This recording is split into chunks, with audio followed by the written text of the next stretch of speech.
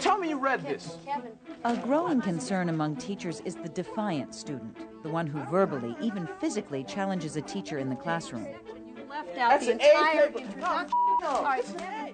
What should you do when confronted by the defiant student? Before you do anything, keep control of the situation by staying calm, breathing deeply, even counting to 10 before you respond.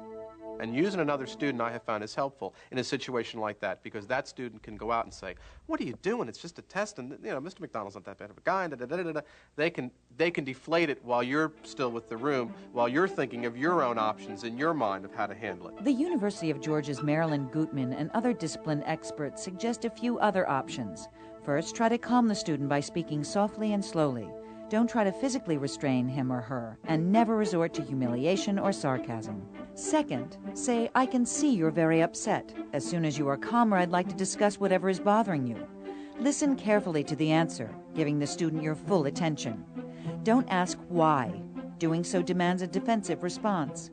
If the student will not discuss the problem, ask if he or she would rather speak to someone else, like the guidance counselor, or encourage them to write down the problem and give it to you later that day.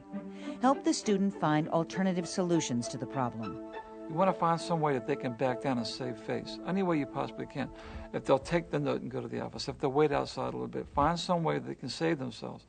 Since some defiant behavior is as much for the peers as it is for the teacher, you may want to remove the audience by asking the defiant student to step outside the room or to a less crowded area of the classroom. When the situation is settled, you can focus on the rest of the class.